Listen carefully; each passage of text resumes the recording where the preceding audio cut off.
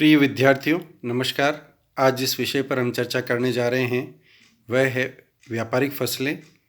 व्यापारिक फसलों के अंतर्गत तिलहन फसलों के बारे में हमने विस्तार से पिछली कक्षा में चर्चा की थी। आज हम 3 प्रमुख फसलें जिनमें गन्ना, कपास और तंबाकू हैं उन पर चर्चा करेंगे। सबसे पहले चर्चा करने की शुरुआत करते हैं हम गन्ना से। गन्ना उष्णकटिबंध की फसल है। भौगोलिक दशाओं की दृष्टि से देखा जाए तो इसके लिए काली मिट्टी सर्वाधिक उपयुक्त रहती है। जलोढ़ मिट्टी में भी इसका उत्पादन पर्याप्त मात्रा में अच्छे प्रकार से हो सकता है, लेकिन काली मिट्टी में जो इसकी गुणवत्ता है, जो इसकी मिठास है, वो थोड़ी अधिक मात्रा में रहती है। यह जो भौगोलिक दशा है उसके साथ साथ इसमें औसत तापमान 15 से 25 डिग्री सेंटीग्रेड की आवश्यकता रहती है और औसत वर्षा की अगर हम बात करें तो 125 से 165 सेंटीमीटर के बीच की वर्षा इसके लिए उपयुक्त रहती है। जहाँ तक वर्षा की कमी की बात है, अगर किसी क्षेत्र में उससे कम वर्षा है तो उसकी भरपाई या उसकी क्षतिपूर्ति सिंचाई के साधनों द्वारा की जा सकती है।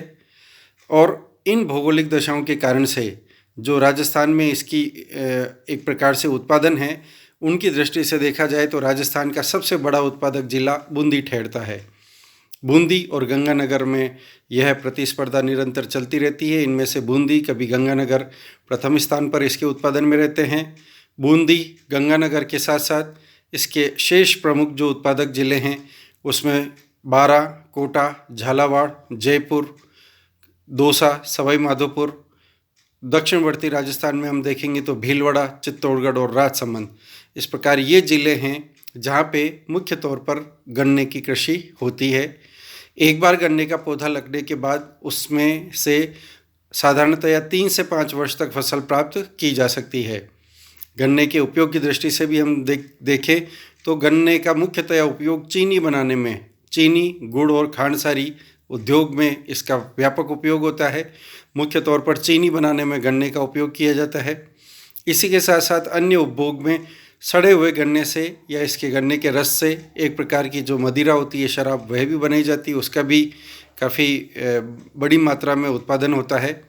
तो एक प्रकार से व्यावसायिक फसल के नाते से गन्ने का एक महत्वपूर्ण स्थान है और राजस्थान में इसका जो उत्पादन है वह बूंदी, गंगानगर जिलों में सर्वप्रमुख रूप से होता है।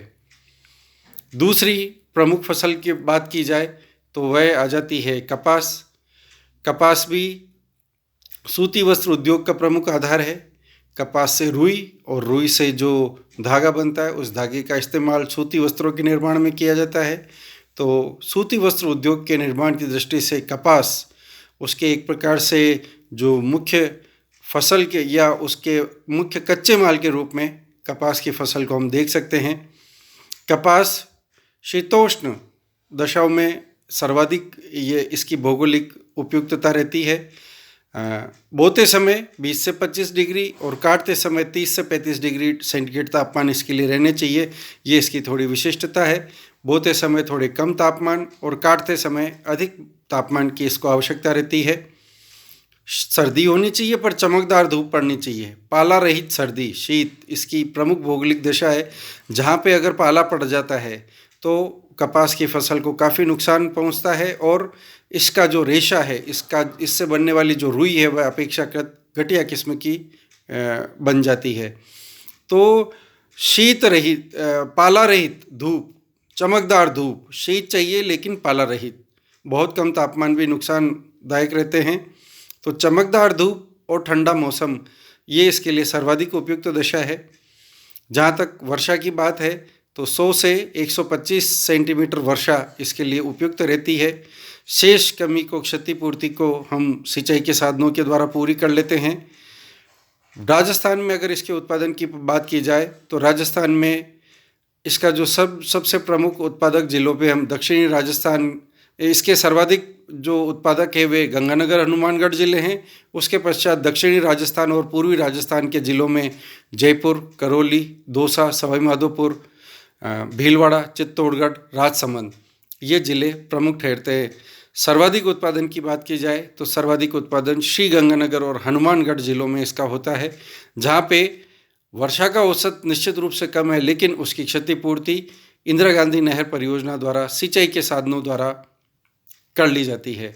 तो ये दूसरी प्रमुख फसल है, वह हमको कपास के रूप में दिखाई देती है, जो कच्चे माल के रूप में सूती वस्त्र उद्योग में प्रयुक्त होती है। और जहाँ कपास का अधिक उत्पादन होता है वहाँ उन क्षेत्रों में सूती वस्त्र उद्योग की स्थापना की या उसके एक प्रकार से प्रगति करने की काफ़ी अच्छी संभावनाएं हो जाती हैं।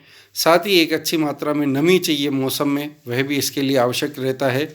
और इसी कारण से भीलवाड़ा, उदयपुर, चित्तौड़गढ़, जयपुर, पाली, इन जिलों में सूती वस्त्र उद्योग काफ़ी विकसित हो गया है।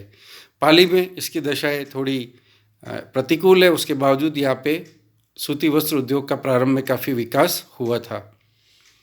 भीलवाड़ा इसका प्रमुख केंद्र है। अजमेर में किशनगढ़, इसके अतिरिक्त जयपुर, इन जिलों में सूती वस्त्र उद्योगों की पहले काफ़ी मात्रा में स्थापना हुई थी।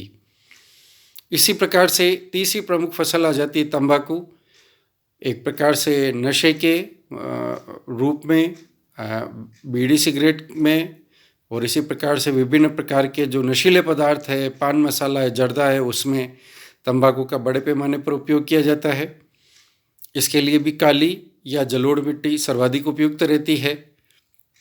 औसत तापमान 30 से 35 डिग्री सेंटीग्रेड उपयुक्त रहते हैं और वर्षा 75 से लेकर के 125 सेंटीमीटर के बीच की वर्षा इसके लिए सर्वाधिक उपयुक्त रहती है।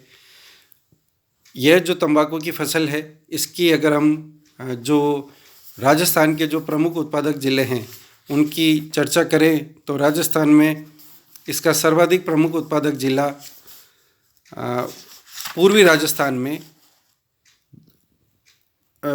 उत्तर पूर्वी राजस्थान में अलवर, जयपुर, दौसा ये प्रमुख ज़िले ठहरते हैं। इसके अतिरिक्त करौली, नागौर, सवाई माधोपुर, चूरू, झुंझुनू, सीकर एवं सिरोही जिलों में भी इसका काफ़ी अच्छी मात्रा में उत्पादन होता है।